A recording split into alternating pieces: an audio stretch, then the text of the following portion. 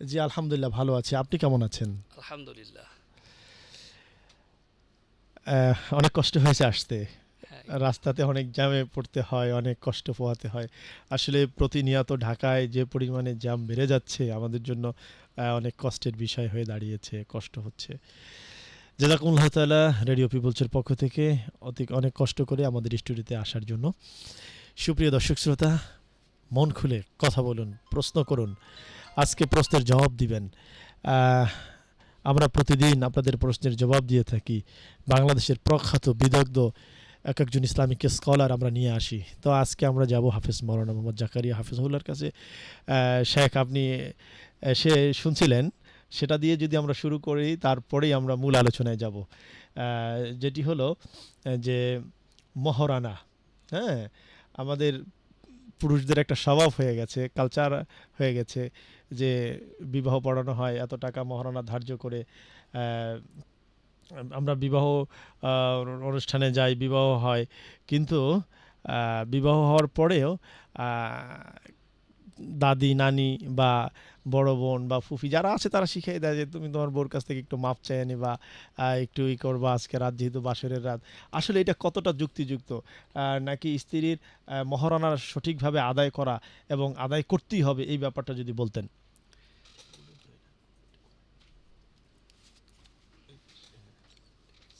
জাকারিয়া না জাকির?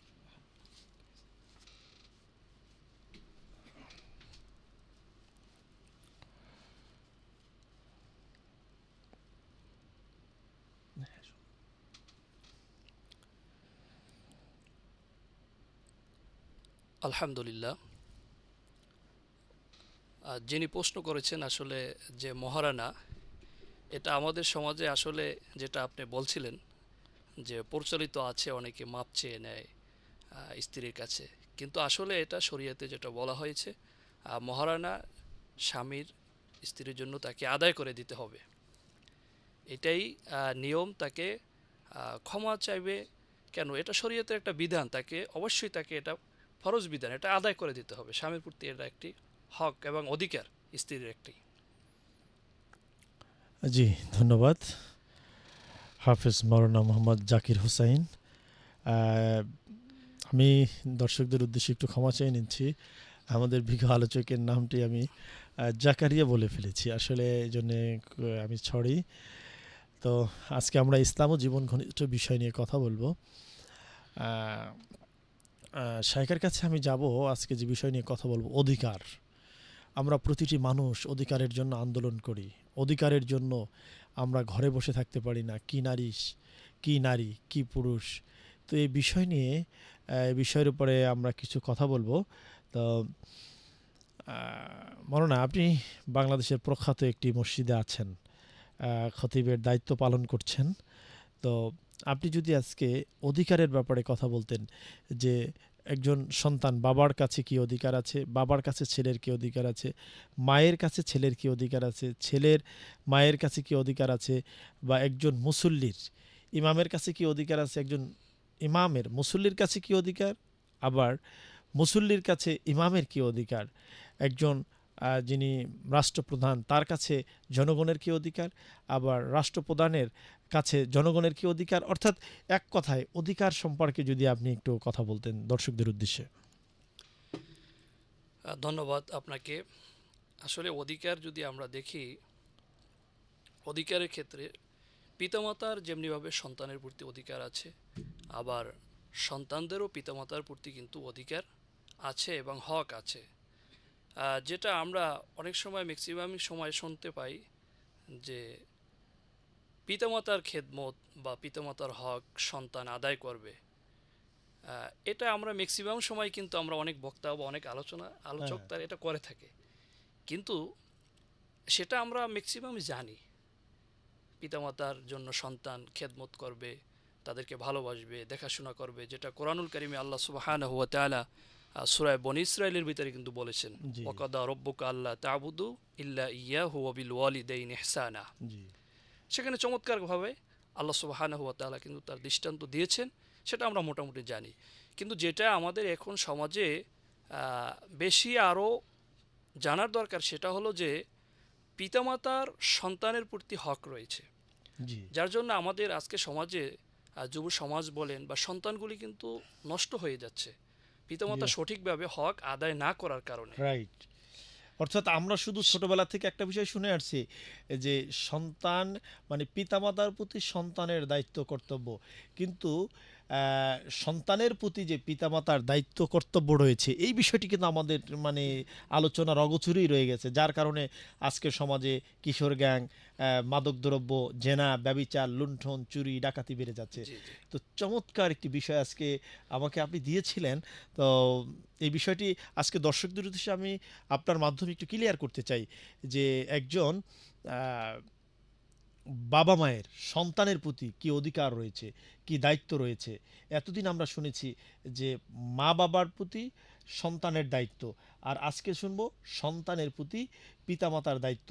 এই বিষয়টি নিয়ে আপনি দর্শকদের উদ্দেশ্যে একটু ক্লিয়ার করবেন, কারণ আজকে সমাজে জেনা, ব্যভিচার, চুরি, ডাকাতি এগুলো বেড়ে যাচ্ছে।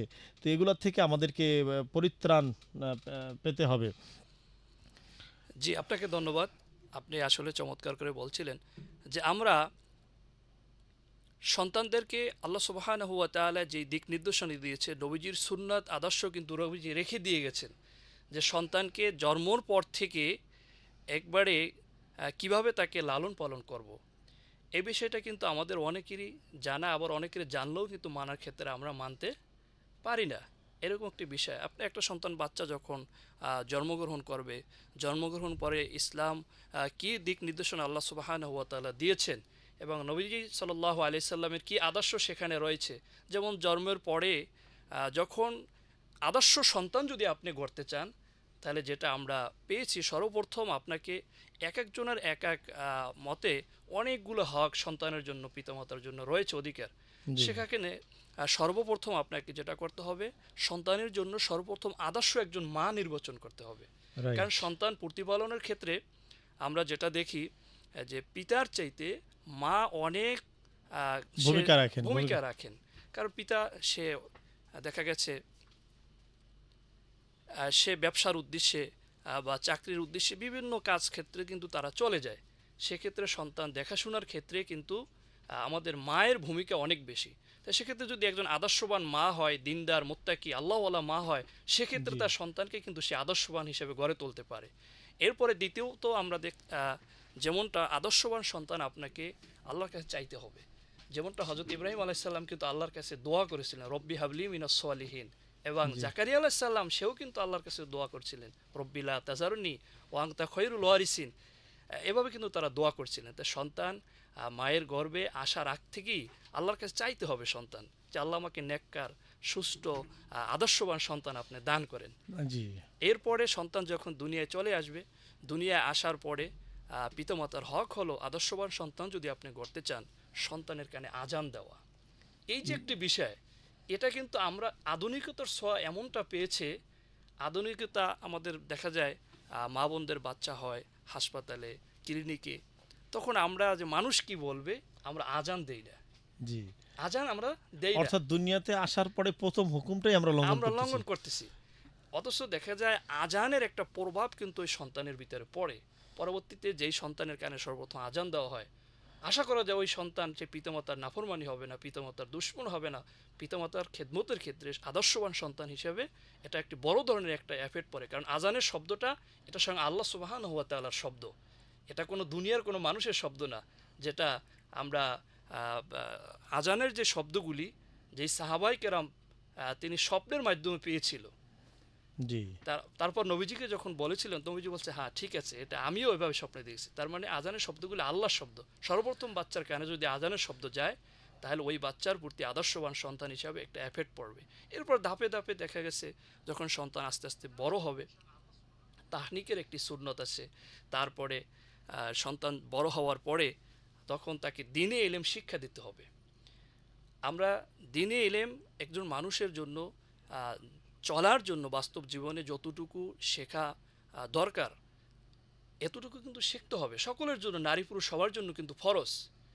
কিন্তু আমরা সেক্ষেত্রেও কিন্তু গাফেলাতি, যে দ্বীনে ইলম শিখে কি করবে বা মাদ্রাসায় পড়ে কি করবে মানুষ, এভাবে কিন্তু আমরা সন্তানের হকগুলি আদায় করি না। যার জন্য সে সন্তান কিভাবে আমাদের আদর্শবান সন্তান হবে। জি। এভাবে পিতামাতার জন্য অনেকগুলি হক রয়েছে। তার মানে পিতামাতার অনেকগুলো কর্তব্য রয়েছে, শুনবো আপনার কাছ থেকে।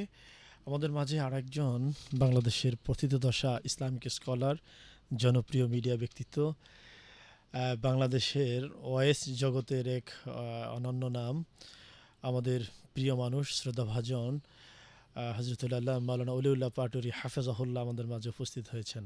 শেখ কেমন আছেন? জি আলহামদুলিল্লাহ, আল্লাহ রেখেছে ভালো। আপনি ভালো আছেন? জি আলহামদুলিল্লাহ। রাস্তায় অনেক জ্যাম বোধহয়। আপনাকে রেডিও পিপলসের পক্ষ থেকে আন্তরিক মোবারকবাদ। শেখ, আপনি এসে আলোচনা শুনছিলেন যে আসলে এই আমরা ছোটোবেলা থেকেই শুধু শুনে শুনে বড় হচ্ছি, বা ওয়াজের ময়দানে বা যে কোনো জায়গায় শুধুমাত্র মানে পিতামাতার প্রতি সন্তানের দায়িত্ব কর্তব্য শুধু এতটুকুই, নাকি সন্তানের প্রতিও পিতামাতার কিছু দায়িত্ব কর্তব্য রয়েছে, যে বিষয়ে মাওলানা আলোচনা করছিলেন, আপনি যদি আরেকটু ক্লিয়ার করতেন। জি অফকোর্স, ওয়াই নট। আলহামদুলিল্লাহ, অনেক ধন্যবাদ। চমকপূর্ণ একটা প্রোগ্রামের আপনারা আয়োজন করেছেন। আমিও আজকে উপস্থিত হতে পেরে নিজেকে খুব ভাগ্যবান মনে করছি। আসলে খুব তাড়াহুড়া করেই আসা আর কি। তো যাই হোক, অবশ্যই পিতামাতার প্রতি সন্তানের যেমন হক রয়েছে, সন্তানদের প্রতি পিতামাতার হক তেমন রয়েছে। জি। একবার হযরত ওমর ফারুক রাদিয়াল্লাহু তাআলা আনহু তার সামনে একজন বাবা তার ছেলেকে নিয়ে এসে অবজেকশন করলো। অবজেকশনটা এমন ছিল যে, আমিরুল মুমিনিন, আমার সন্তান আমার কথা শুনছে না।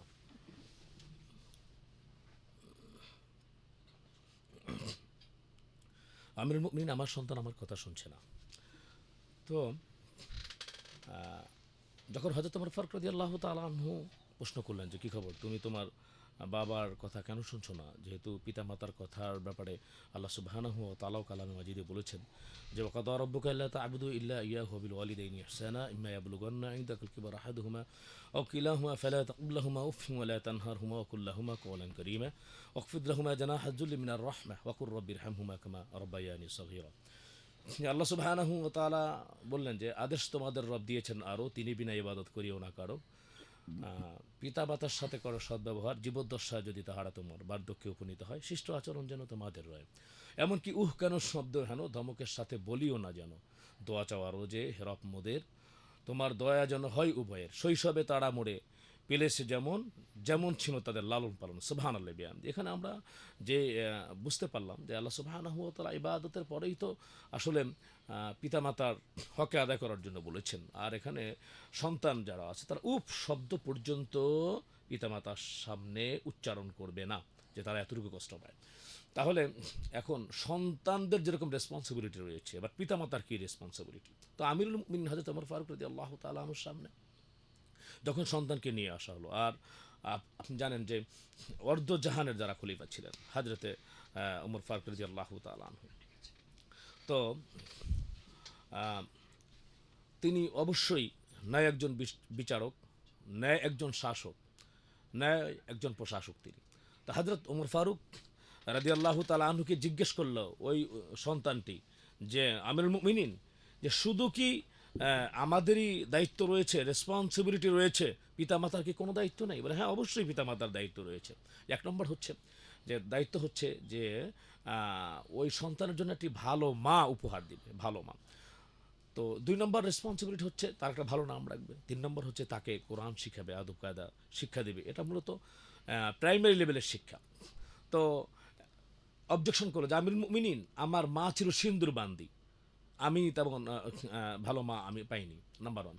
নাম্বার 2 হচ্ছে যে, আমিরুল মুমিনিন, আমার নাম রেখেছে হাফল। হাফল মানে হচ্ছে চামচিকা। আপনি জানেন যে আজকে বাংলাদেশের ভিতরে এরকম মানে কি মডার্ন টাইপের একটা নাম রাখার, আং টান প্যাং এরকম যেন থাকবে। শেখ, আমি আপনার সাথে একটু অ্যাড করি। এখন তো আর আলেমদের কাছে যেতে হয় না, বাংলা কোরআন মানুষ পড়ে।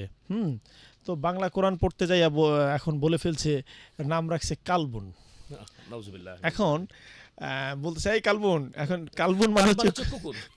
আস্তাগফিরুল্লাহ। এই জন্যে নাম রাখার ক্ষেত্রে একজন আলেমের কাছে যেতে হবে।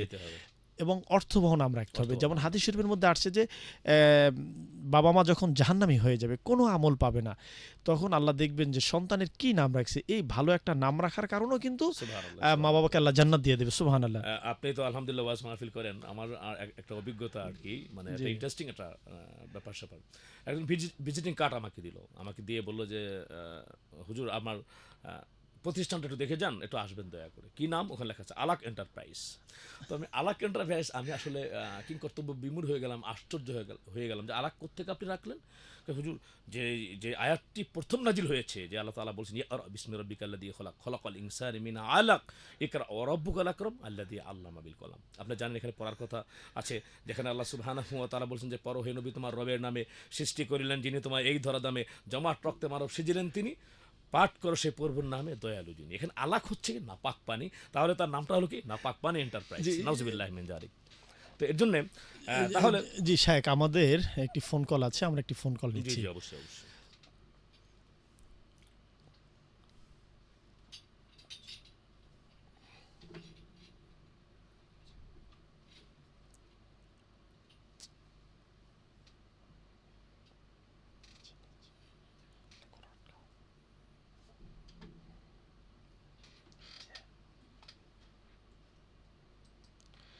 আসসালামু আলাইকুম ওয়া রাহমাতুল্লাহি ওয়া বারাকাতুহু। আসসালামু একটা রাহমাতুল্লাহি ছুটির ওয়া জন্য বারাকাতুহু। আপুকে আসসালামু পেয়ে আলাইকুম। গেলাম, সো খুব ভালো লাগছে। হুজুর আমার মতো নাম রাখছি জাবের, মোহাম্মদ জাবের। জাবের আপনার নাম জি নাকি বাবা? জি জি জি, খুব ভালো একটি নাম রেখেছেন, খুব ভালো একটি নাম রেখেছেন, বাবা, আপনিও ছিলেন, আবার খুব সাথে ভালো একটি নাম আমরা- রেখেছেন। ওই যে আমাদের আজজি মোহাম্মদ জাবের। জাবের একজন সাহাবীর নাম। খুব জি জি ভালো জি, চমৎকার। এটা হচ্ছে সাথে অত্যন্ত হ্যাঁ, ও দামি ছিল, এবং দেখেন অত্যন্ত মিলে চমৎকার গেছে একটি কিনা, নাম। অক্টোবর বা নভেম্বরে। এটা একটি সাহাবীর নাম। মানে দেখেছেন আর কি আমি পরিমাণ, আজকে ঠিক আপনাদের শুনতেছি। আচ্ছা। জি মানে আমি না খুব ভালো ভালো লাগছে, আছেন? অবাক দেখছেন? হলাম আপু যে আপনার এখনো মনে আছে যে অক্টোবর কিংবা Yes. নভেম্বরে।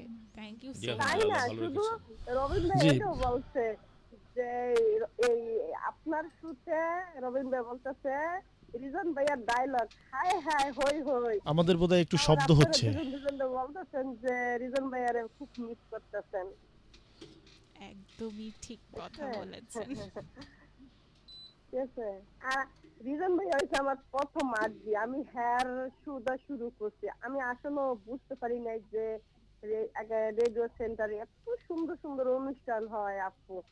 হঠাৎ একদিন রেডিও সেন্টার আমি টিউন করি, তারপরে রিজন ভাইয়া শো হইতেছে, সাথে মিতুলাফুর গল্প।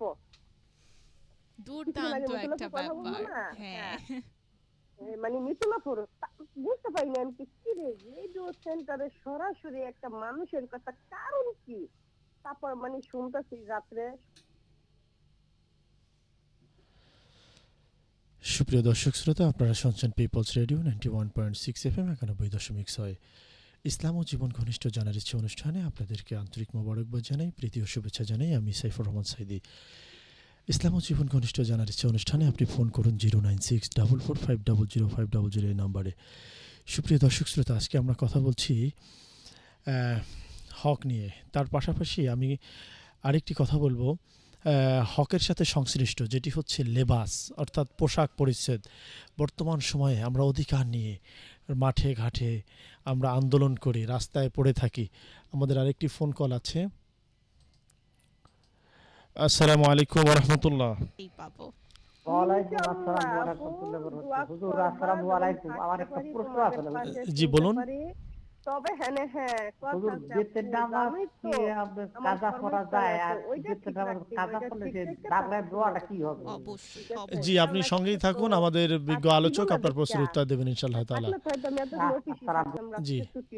জি শায়েখ, বেতনের নামাজ কি কাজা পড়া যাবে কিনা? জি হ্যাঁ অবশ্যই, কারণ বেদের নামাজ কাজা পড়তে হবে, এটা ওয়াজিব নামাজ। যদি সে ওই সময় যদি না পড়তে পারে, তাহলে নেক্সট ডে যখন সময় পায় সে বেদের নামাজ কাজা করে নেবে ইনশাআল্লাহ। আর ভদ্রলোক একটি দোয়ার ব্যাপারে বলেছিলেন, আমি জানি না যে কোন দোয়ার কথা, সম্ভবত আপনার মনে হয় দোয়া কুনুতের কথা হতে পারে। তো দোয়া কুনুত অবশ্যই পড়তে হবে, এটা হচ্ছে এটা ওয়াজিব। আর যদি সে না পারে, ওয়াজিব ভঙ্গের কারণে সে সাউ সেজদা দিবে ইনশাআল্লাহ। জি, ধন্যবাদ। হ্যাঁ আপু। তো আমরা কথা বলছিলাম অধিকার নিয়ে, হক নিয়ে। তো মাওলানা, আমি আপনার কাছে আসব যে পোশাকের যে বিষয়গুলো রয়েছে, বর্তমান সময়ে আমরা যেই পোশাক পরিচ্ছদ পরে চলাফেরা করছি, কি নারী, কি পুরুষ, কি বৃদ্ধ, কি আবাল, কি নারী, কি পুরুষ, অর্থাৎ সকলেই একাকার হয়ে গেছি।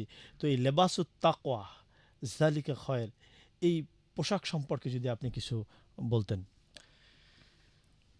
লেবাসুত তাকওয়া আসলে এই শব্দটি কিন্তু কোরআনের একটি শব্দ, এবং কোরআনে আল্লাহ সুবহানাহু ওয়া তাআলা সূরা আরাফের ২৬ নম্বর আয়াতে কিন্তু এই শব্দটি ব্যবহার করেছেন, যেটা আমরা দেখতে পাই যে ইয়া বানি আদামা কদ আনসালনা আলাইকুম লিবাসাই ইওয়ারি সাওআতিকুম ওয়ারিশা ও লিবাসুত তাকওয়া।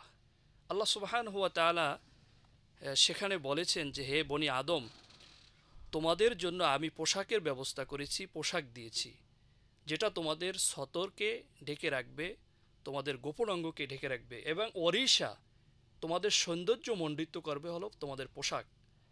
এরপরে আল্লাহ সুবহানাহু ওয়া তাআলা বলেছেন যে জালিকা তাকওয়া ওয়ালিবাসুত তাকওয়া জালিকা খৈর।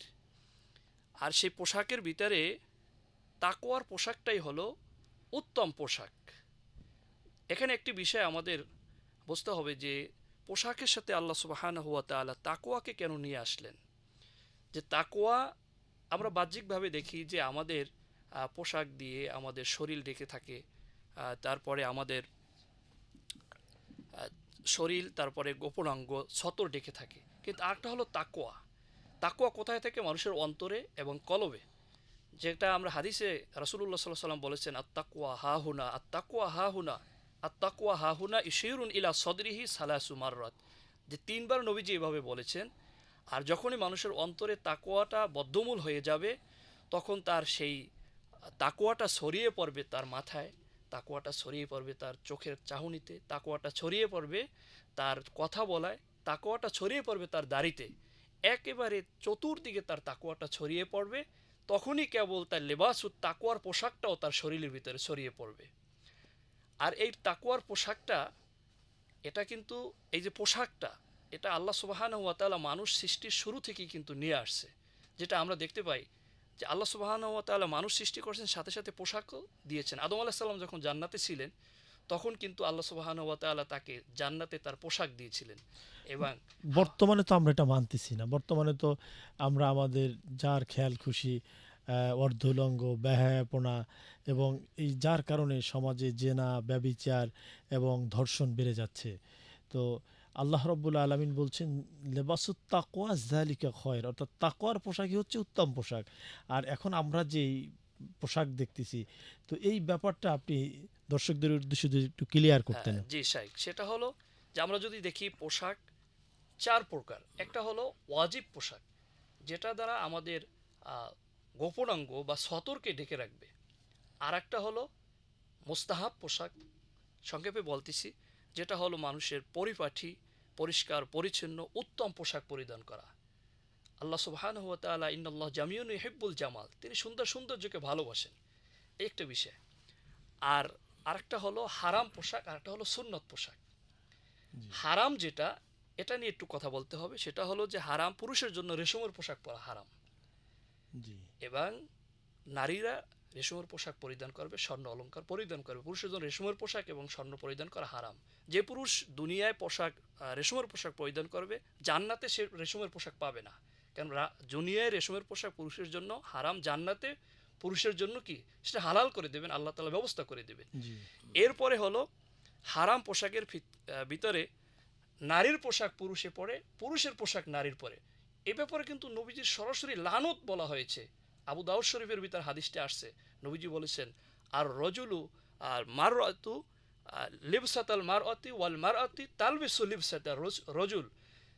যে পুরুষ নারীর পোশাক পরিধান করে অথবা নারী পুরুষের পোশাক পরিধান করে, তাদের জন্য লানত। আমরা বর্তমানে এমন দৃষ্টি কালচার দেখতে পাই যে এমন কিছু পুরুষ আছে, তারা পুরুষ কিন্তু নারীর বেশভূষা ধরে।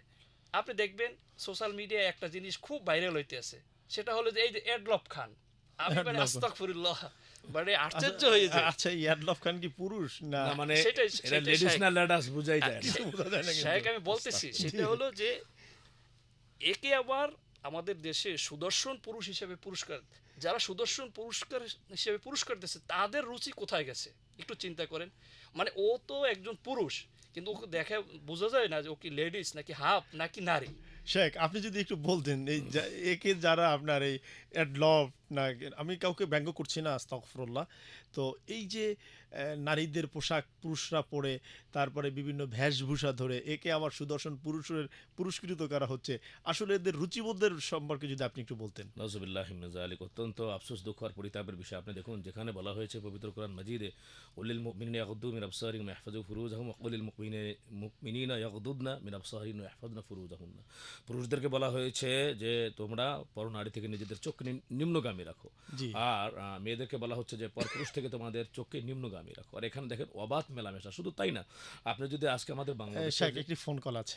জি, আসসালামু আলাইকুম ওয়া রাহমাতুল্লাহ। 1 2 buckle my shoe 3 4 হুজুর, আমার দুইটা প্রশ্ন ছিল। জি, বলুন। 6 pick up the একটি sticks প্রশ্ন হচ্ছে, আমার দুটি বাচ্চার নাম রাখা হয়েছে, একজনের নাম তাওফিক 6 আর একজনের নাম ইউসুফ। আর একজনের নাম হলো রুস্তম।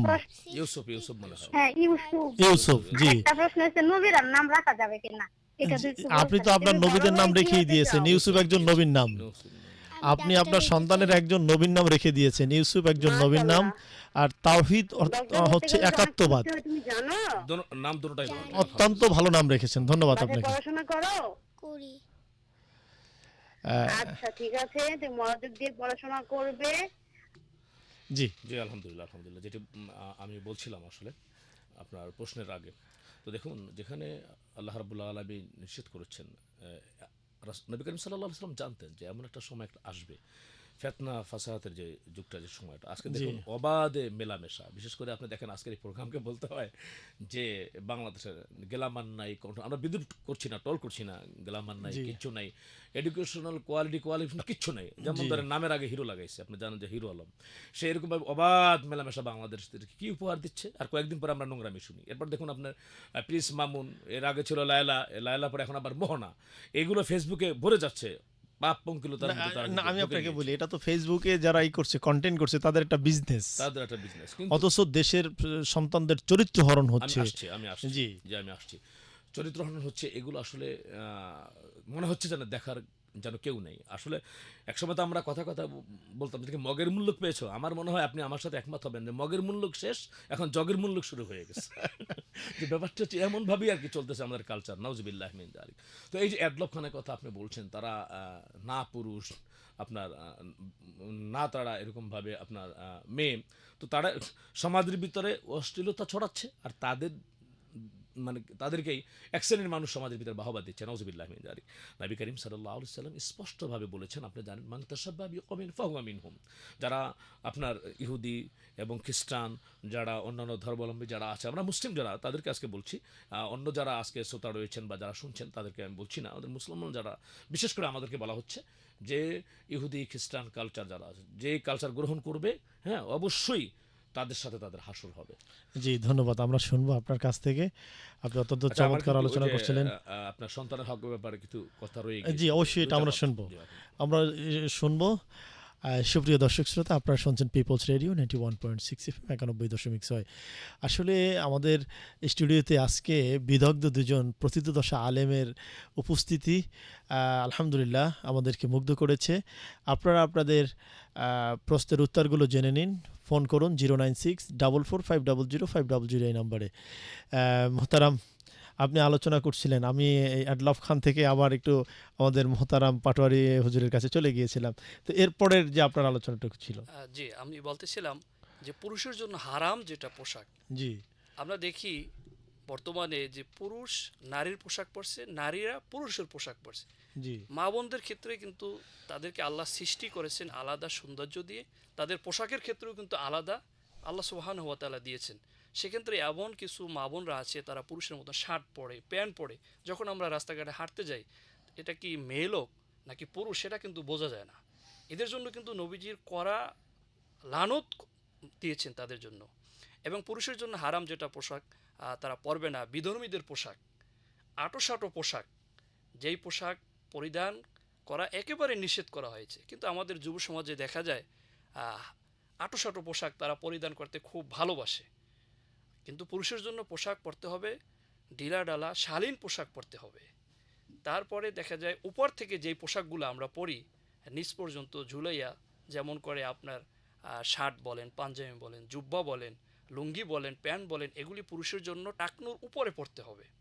কিন্তু আমরা সেক্ষেত্রে দেখি আমাদের কিছু পুরুষরা আছে তারা টাকনুর নিচে ঝুলাইয়া লুঙ্গি বা পায়জামা, জুব্বা তারা পরিধান করে। জি, আমাদের একটি ফোন কল। আচ্ছা ঠিক আছে, আলো ফোনটা কেটে গিয়েছে। নবীজি তাদের জন্য যারা টাকনুর নিচে পোশাক পরিধান করবে তাদের জন্য কড়া হুঁশিয়ারি দিছে, এবং আল্লাহ সুবহানাহু ওয়া তাআলা লানত, হাসরের ময়দানে যারা টাকনুর নিচে পোশাক পরিধান করবে তাদের দিকে রহমতের দৃষ্টি দিয়ে তাকাবেন না। জি, সঙ্গেই থাকুন, একটু ফোন কল আছে। আসসালামু আলাইকুম। সুন্দর সুন্দর আসসালামু লেখা আলাইকুম। আমরা শুনতে জি, ওয়ালাইকুম আসসালাম। ওকে, সামাদা লিখেছে জাফের নামটা অনেক সুন্দর। আচ্ছা, ওর নাম হচ্ছে খাদিজা নামের জাফের, অর্থ ঠিক কি আছে? হুজুর? ওকে, তারপর জি, দেখতে সঙ্গেই পাচ্ছি থাকুন। সামাদা আর কিছু লিখেছে, প্রশ্ন আছে ছোটবেলায় আপনার? রাগ অভিমান কিছু থাকে না, বড় জি হতে না। হতে সেগুলো জি, আস্তে আস্তে ধন্যবাদ। আমাদের ভেতরে জি মোহতারাম, রপ্ত আপনার হতে আলোচনা। শুরু করে, তাই না? যে আমি ওকে, বলতেছিলাম যে তারপর দেখতে পুরুষের জন্য পাচ্ছি হারাম যে সে আরো পোশাকগুলি, লিখেছে তুমি নাকি বলো যে পুরুষরা তোমার প্রিয় টাকনুর লেখিকা উপরে ফাঁকিবাজ, পোশাক সেটা তো পরিধান করবে, অবশ্যই, টাকনুর সেটা তো নিচে পোশাক অবশ্যই যে আমার পরিধান প্রিয় করবে না। লেখিকা একদমই ফাঁকিবাজ। এর থেকে সে আরো লিখেছে একদিকে যারা টাকনুর নিচে পোশাক পরিধান করে তারা কিন্তু শরীয়তের একটি ফরজ হুকুমকে তারা লঙ্ঘন করছে। আর একদিকে দুনিয়ার দৃষ্টিতেও যদি আমরা তাকাই দেখবেন তার শরীরের জন্য কিন্তু ক্ষতি। যারা লুঙ্গি, প্যান্ট, জামা, জুব্বা টাকনুর নিচে পরে রোডঘাটে হাঁটতে দেখবেন তাদের ধুলা বালি ময়লা সব কিন্তু তাদের শরীরে কিন্তু লাগতেছে। এক্ষেত্রে পুরুষরা কি করবে? টাকনুর উপরে পোশাক পরিধান করবে, টাকনুর নিচে পোশাক পরিধান করবে না। আর মা বোনরা কি করবে? তারা টাকনুর নিচে পোশাক পরিধান করবে। কিন্তু আজকে সমাজে সেটা উল্টো। মা বোনরা কি করে? পুরুষের মতো তারা টাকনুর উপরে তাদের পায়জামা বা সেলোয়ার কামিজ তারা পরিধান করে, অথচ তাদেরকে বলা হয়েছে টাকনুর নিচে পরিধান করা। এবং বিধর্মীদের যে পোশাকগুলো আছে এই পোশাকগুলোও পরা নিষেধ, হারাম করা হয়েছে। তারপরে আঁটো পোশাক পরা নিষেধ করা হয়েছে, হারাম করা হয়েছে। অহংকারের পোশাক এটাও পরা যাবে না, এটাও হারাম করা হয়েছে। তা আমি যেটা বলতেছিলাম যে তাকওয়া যদি একজন মানুষের অন্তরে এসে যায় তো সে তো আল্লাহকে ভয় করবে। সে মানুষ কখনো সে তাকওয়ার বাইরে সে চলতে পারে না। তাকওয়া যখন এসে যাবে তার তাকওয়াটা প্রকাশ পাবে তার দাড়ির ভিতরে। জি, দাড়ি পুরুষের জন্য রাখা কি ওয়াজিব? সে যদি দাড়ি কাটে ছাটে তাহলে সে ফরজ অজীব তরকের গুনাহ হবে। সেক্ষেত্রে আমরা কি করি? আমি মুসলিম দাবি করি, মোত্তাকি দাবি করি, কিন্তু আমি যদি দাড়ি কাটি তাহলে তো আমার ভিতরে তাকওয়া আসলো না, গুনাহগার আপনি হচ্ছেন। জি, আমাদের একটি ফোন কল আছে শেখ। আসসালামু আলাইকুম ওয়া রাহমাতুল্লাহ। ভুলে যাবেন না। ওয়ালাইকুম সামাদা লিখেছে আসসালাম। কথা শ্রুতি আমার ভালো লেখা আছেন ইদানিং জি? পড়ে জি, না। ভালো আছি। ভালো আছেন? আমি আসলে কোনো লেখা হ্যাঁ, পাই না, আলহামদুলিল্লাহ সেই ভালো কারণেই আছি। পড়া আপনাদের হয় না। প্রোগ্রাম সে শুনি। লিখেছে তো আসিয়া নামের ইসরাত কি জাহানকে দেখতে অর্থটা পাচ্ছি, সে জানতে লিখেছে চেয়েছিলাম। মাশাআল্লাহ জি, অনেক জি, অনেক সঙ্গেই দোয়া থাকুন। বাবা, তার জন্য আসিয়া অনেক রাইসা বড় জান্নাত। হও। জি, আপনি সঙ্গে থাকুন। মোশাররফ হোসেনকে দেখতে শেখ, পাচ্ছি, সে লিখেছে আলহামদুলিল্লাহ ভালো এক হয়েছে। প্রথমত হচ্ছে জুনাইদ ইসলামকে দেখতে খাদিজা পাচ্ছি। নামের আরে অর্থটা যদি আপনি একটু বলে জাফরি দিতেন। বাবা, কেমন লাগছে বাবা? তুমি নাকি গান গাইতে পারো? খাদিজা বিনতে খুয়াইলিদ, খাদিজার পরিচয় ছিল যে রাসূল আকরাম তুমি নাকি সাল্লাল্লাহু গান আলাইহি গাইতে ওয়াসাল্লামের স্ত্রী, ওনার নামটা ছিল জুনাইদ আমি খাদিজা। জানতে যাচ্ছে, তো বলো তো। খাদিজা এটা আপনার আমি তো গান বিশেষ গাইতে করে নামের অর্থ হচ্ছে যে পারতেছি না। মুত্তাকি ও পারতেছো না? ফরেজগার, ভুলে সম্ভ্রান্ত। যাচ্ছো? কোন হ্যাঁ। গানটা আমাকে শোনাবে জি। তুমি ভাবতে আরো- থাকো, ঠিক আছে? আরো অনেকগুলি তোমার কাছ অর্থ থেকে রয়েছে। আজকে গান শুনে বিদায় নিব। জি, ওকে, তারপর আমার দেখতে আরেক বোন পাচ্ছি জানতে জামাতা চেয়েছিলেন যে লিখেছে আসিয়া রোকেয়া নামের আপু অর্থ অনেক কি? মধুর আসিয়া নামের মানুষ, অর্থ হচ্ছে একদম। প্রেমময়, মনিরকে দেখতে পাচ্ছি, সে যিনি লিখেছে, সান্ত্বনা প্রদান করেন, জাফির অর্থাৎ এত প্রেমময়। চুপচাপ থাকলে চমৎকার কি নাম, হয়? জাফির, ভালো এত নাম। চুপচাপ থাকলে কি আল্লাহ হয়? পাকের প্রেমিক একজন বান্দী ছিলেন জাফির কি তিনি। বাসায় জি, আমরা জি, জানি জি, যে- আছিয়া। থাকে? জি, মুখে বলো। আসসালামু আলাইকুম ওয়া রাহমাতুল্লাহ।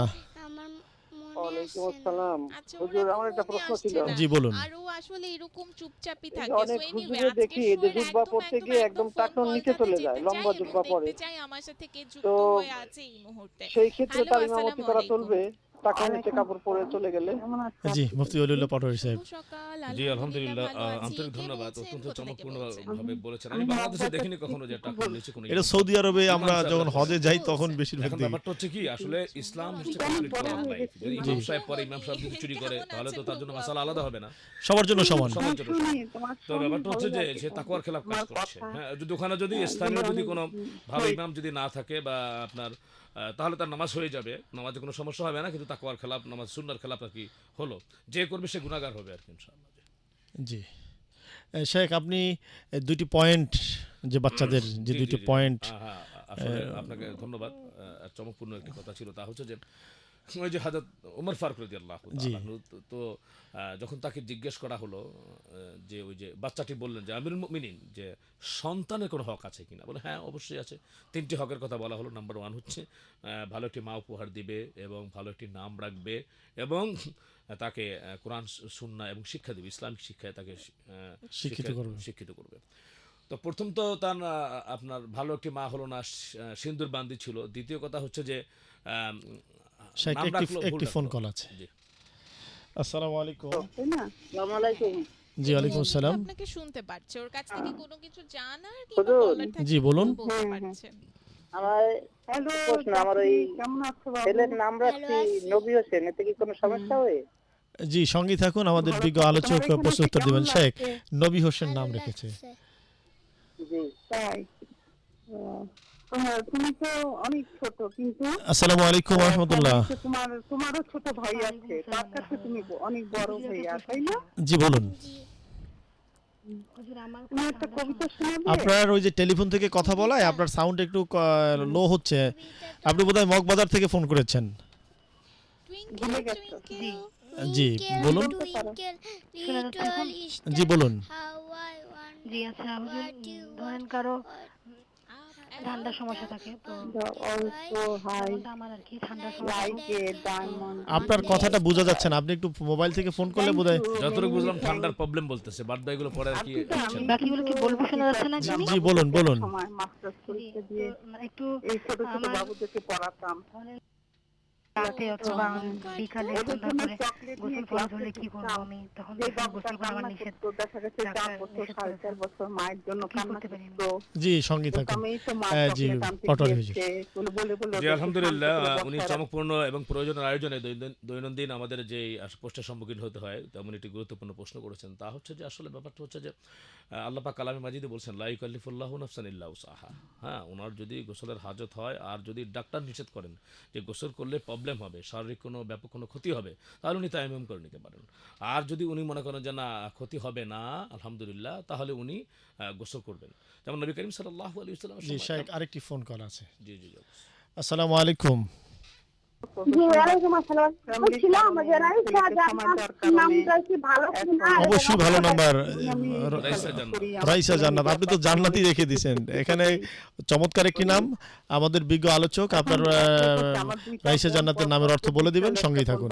একটা বোন মারা যাওয়ার পর শেখ, আমার এক ভাই প্রশ্ন করেছিলেন নবী হোসেন। জি জি জি জি। না, নবী হোসেন তো নাম রাখতে পারেন, কোনো সমস্যা নেই আলহামদুলিল্লাহ। যেমন যার মোহাম্মদ, বাংলাদেশে তো আসলে আমরা মোহাম্মদ কেন রাখি তার একটা ইতিহাস আছে, যে আমাদের নামের আগে হিন্দুরা সিরি লাগাই দিয়েছিল। জি জি জি। যে বাংলাদেশে বিধি এখন সিরি, আমাদের এখন মোহাম্মদ। কাউকে যদি বলেন যে তোমার নাম কি মোহাম্মদ, আর বেটা পুরোটা বলো না কেন, নাম মোহাম্মদই কিন্তু একটা নাম।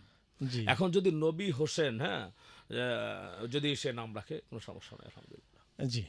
নবীর অর্থ তো আপনি জানেনই, জি। বার্তাবাহক। জি।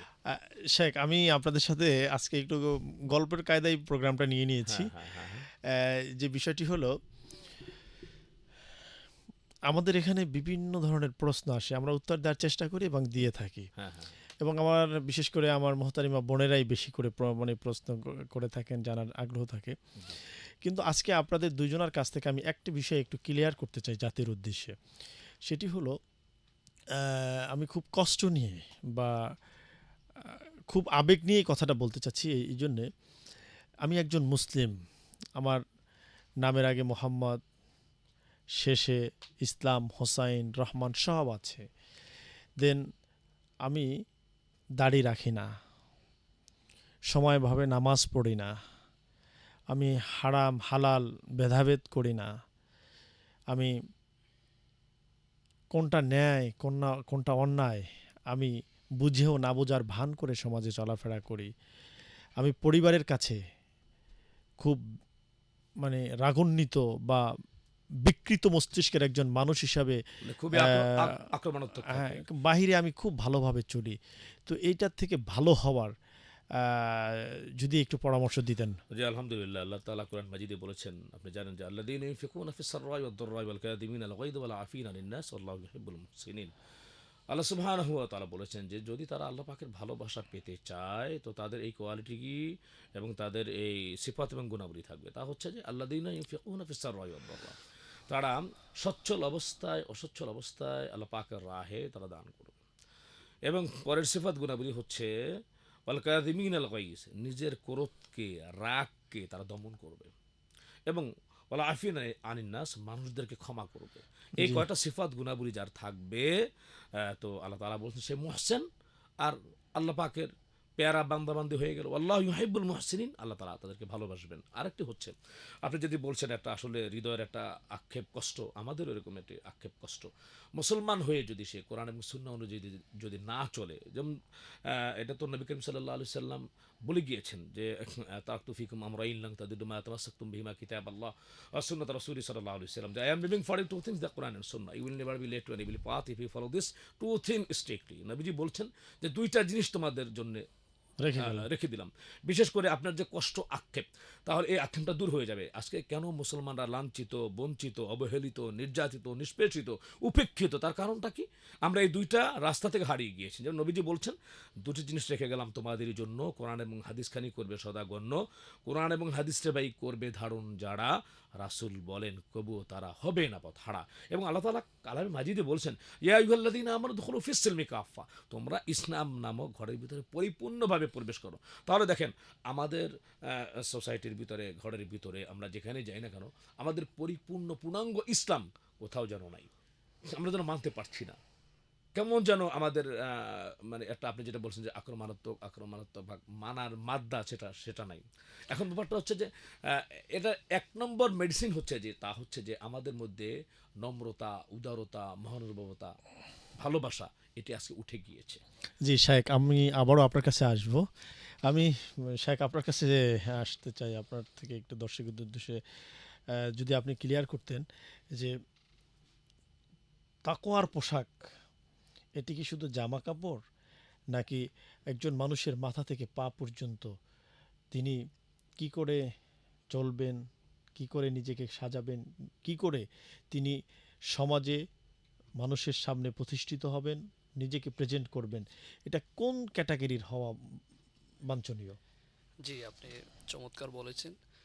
আসলে একটি মানুষ তাকওয়ার পোশাক যেটা হবে, বাহ্যিক দৃষ্টিতে পোশাকে মানুষের শরীর ঢাকে এই করে, কিন্তু তাকওয়া নিয়ে আমি কথা বলতেছিলাম, যখন অন্তরে তাকওয়া এসে যাবে, সেটা আমি প্রথমেই বলছিলাম যে তার মাথা থেকে নিয়ে পা পর্যন্ত তার কথাবার্তা, চলাফেরা, আচার ব্যবহার, সব কিছুর ভিতরে কিন্তু তাকওয়াটা প্রকাশ পাবে, আল্লাহ ভীতিটা তার প্রকাশ পাবে। আর যখনই আল্লাহ ভীতিটা তার প্রকাশ পাবে, তখন হচ্ছে ইসলামের কোনো কিছু কাজ সে খেলাপ করতে পারে না।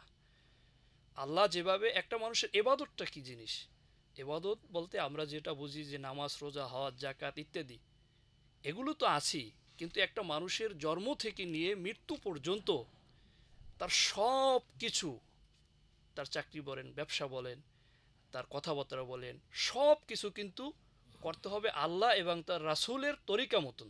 তাহলেই কেবল মানুষ একটি পূর্ণাঙ্গ মুসলমান হবে, মুমিন হবে এবং মোত্তাকি হতে পারবে, তাহলেই তার সব কিছু মানা হবে। কিন্তু আচ্ছা। আমরা দেখা যায় নামে মুসলমান দাবি করে কিন্তু আমরা মানছি না, মন গড়া চলছি।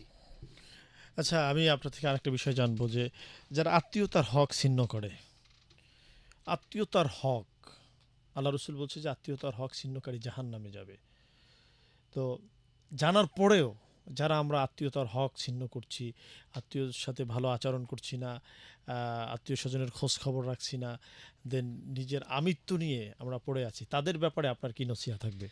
এটা তো নবীজিও বলেছেন এবং আল্লাহ সুবহানাহু ওয়া তাআলা বলেছেন যে যারা রেহেমের সম্পর্ক নষ্ট করবে তাদের জন্য খুব কড়া হুঁশিয়ারি আল্লাহ সুবহানাহু ওয়া তাআলা দিয়েছেন। কিন্তু আমরা দেখা যায় সমাজে জানি, কিন্তু মানার ক্ষেত্রে আমরা গাফেলেতে, ওই যে মন গড়া, জোরে যা মন চায় তাই আমি করতেছি, কিন্তু আসলে তো আপনি তাহলে যেমন এই যে শাহেক যেটা বলছেন যেটা যে বলছিলেন যে যে মানে মন গড়া চলতেছে, আমাদের ভিতরে উদারতা না উদারতা থাকার নাই। কারণে মানে এই বিষয়গুলো এবং হচ্ছে। সবচেয়ে বড় জিনিসটা হলো আল্লাহর ভয় নাই। জি। আল্লাহর ভয় না থাকার কারণেই যে আমাদের যে মরতে হবে, দুনিয়া আমরা থাকবো না, বা আল্লাহর হুকুম মানতে হবে, এটা না থাকার কারণে আজকে এই অবস্থা। আরেকটা বিষয় আমি আপনার সাথে অ্যাড করতে চাই, সেটা হলো মানুষ, যেটা আল্লাহ সুবহানাহু ওয়া তাআলা বলেছেন যে ইয়া আইয়ুহাল্লাযীনা আমানুত্তাকুল্লাহা ওয়া কুনু মা'আস সাদিকিন, যে আল্লাহকে, আমি রবকে তোমরা ভয় করো এবং সত্যবাদীদের সঙ্গী হও, সাথী হও। আমরা সমাজে দেখি আমাদের চলাফেরা ভালো মানুষের সাথে চললে ভালো হয়, খারাপ মানুষের সাথে চললে খারাপ হয়। যে সৎসঙ্গে স্বর্গবাস, অসৎসঙ্গে সর্বনাশ। সেক্ষেত্রে আমরা দেখি যে আমি মুসলমান কিন্তু আমি চলি একজন হিন্দুর সাথে, আমি মুসলিম আমি চলি একজন বিধর্মীর সাথে, তাহলে তো তার কালচারটাই আমার ভিতরে পড়বে। শায়েখ, আপনি যদি ক্লিয়ার করতেন যে কার সাথে চললে আল্লাহর জান্নাতে যাওয়া যায়। জি আর আলহামদুলিল্লাহ, আমি আসলে উনি যেটি বলেছেন এটা তো আসলে আমাদের চ্যানেল হচ্ছে সার্বজনীন, হিন্দুর সাথে ব্যাপারটা হচ্ছে চলাফেরার বিষয়টা না, এটা আসলে আমি ক্লিয়ার করছি। তা হচ্ছে যে আল্লাহ সুবহানাহু ওয়া তাআলা যে বিষয়টি বলছেন তা হচ্ছে যে কোনো বিধর্মীকে আমরা অন্তরঙ্গ বন্ধু বানাবো না। আমাদের আমাদের লা ইয়াত্তাখিজুল মুমিনিনা আউলিয়া।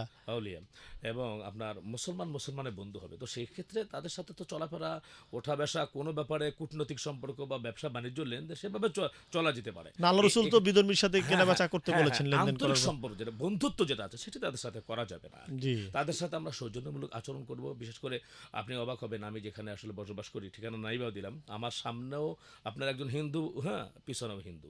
আমার প্রায় আপনার নামাজের সময় একটা পরীক্ষার মধ্যে আছি, উলুকধ্বনি বা বিভিন্ন রকমের আওয়াজ আমার শোনা লাগছে, বাট আমি তাদেরকে কখনো ডিস্টার্ব করি না, কিছু না, তারা তাদের ধর্ম তারা পালন করে। শেখ, আপনি একটা বিষয় শুনলে অবাক হবেন। আপনি যেভাবে বলছিলেন যে দুই পাশে, আর আমার বাড়ির তিন পাশে আমাদের হিন্দু ভাইরা। তাহলে দেখেন একটি ফোন কল আছে শেখ। আসসালামু আলাইকুম ওয়া রাহমাতুল্লাহ। ওয়ালাইকুম আসসালাম ওয়া রাহমাতুল্লাহ। আমার একটা প্রশ্ন ছিল হচ্ছে, আমরা যদি কোনো হিন্দু ভাইকে মানে সাহায্য করি, এটা আমরা কিছু প্রতিদান পাবো জি কিয়ামতের দিন? জি, সঙ্গী থাকুন। হ্যাঁ, আপনি একজন হিন্দুকে যদি কোনো দান অনুদান করে থাকেন, সেটি তার প্রতি করুণা নয়, তাকে আপনি দান করেছেন, তিনি আল্লাহর একজন সৃষ্টি, এজন্য আপনি কিয়ামতের দিন সবে সওয়াবান হবেন, প্রতিদান পাবেন। তবে তিনি যদি আপনাকে কোনো কিছু দান করে থাকেন, সে বিষয়টি নিয়ে আমাদের মুফতি পাটোয়ারী সাহেব বলবেন। জি আলহামদুলিল্লাহ, আমরা যেটি বলছি যে আমাদের বিধর্মী যারা আছে তাদেরকে জাকাত দেওয়া যাবে না এবং তাদেরকে সহায়তা করতে হবে। হ্যাঁ, কারণ ব্যাপারটা হচ্ছে তাদেরকে না, জাকাতের খাত তো আল্লাহ বলে দিয়েছেন। না, ভাই যখন জানতে চেয়েছেন যে জাকাত থেকে দিবে না এবং তাকে হেল্প করবে আর কি, তো আল্লাহ রাব্বুল আলামিন আসলে হেল্প করলে আল্লাহ তাআলা অবশ্যই সওয়াব দান করবেন। নবী করিম সাল্লাল্লাহু আলাইহি ওয়াসাল্লামের এরকম ইহুদি এবং খ্রিস্টান যারা আছে তাদেরকে, এমনকি আপনি জানেন যে আল্লাহ নবী রাসূল আকরাম সাল্লাল্লাহু আলাইহি ওয়াসাল্লামকে একটা যুবক প্রায় কাটা দিয়ে রাখতো। তো রাসূল সাল্লাল্লাহু আলাইহি ওয়াসাল্লাম দেখলেন যে যুবকটা আজকে আসছে না, তো নবী করিম সাল্লাল্লাহু আলাইহি ওয়াসাল্লাম যে মাথায় হাত বুলিয়ে দিলেন এবং তাকে বলে, কি খোঁজ বাবা, তোমার কি হয়েছে, কেন তুমি আসলে না? সে অবাক হয়ে গেল, সে প্রথম থেকে কর্তব্য বিমূঢ় এবং আশ্চর্য হয়ে গেল যে মনে হয় মুহাম্মদ আমাকে আজকে সুযোগ পেয়ে, আমি যে অসুস্থ, আমাকে মনে আক্রমণ করবে, আমাকে মনে হয় মারবে। তখন নবী করিম সাল্লাল্লাহু আলাইহি ওয়াসাল্লাম হাত বুলিয়ে দিলেন, তাকে যখন এরকমভাবে সেবা করলেন, কি হয়েছে দোয়া করলেন তার জন্যে, তখন সে সুস্থ হয়ে গেল এবং সে কালেমা পড়ে মুসলমান হয়ে গেল। সুবহানাল্লাহ। জি, মাওলানা ওলিউল্লাহ পাটোয়ারী সাহেব, আপনাকে অসংখ্য ধন্যবাদ। আমার একটা পয়েন্ট কিন্তু রয়ে গিয়েছিল। পিপলস, আজকে আর আপনাকে সময় দেওয়া যাচ্ছে না, এজন্য আন্তরিকভাবে দুঃখিত। আসলে আমাদের সময় একেবারে শেষ হয়ে গেছে।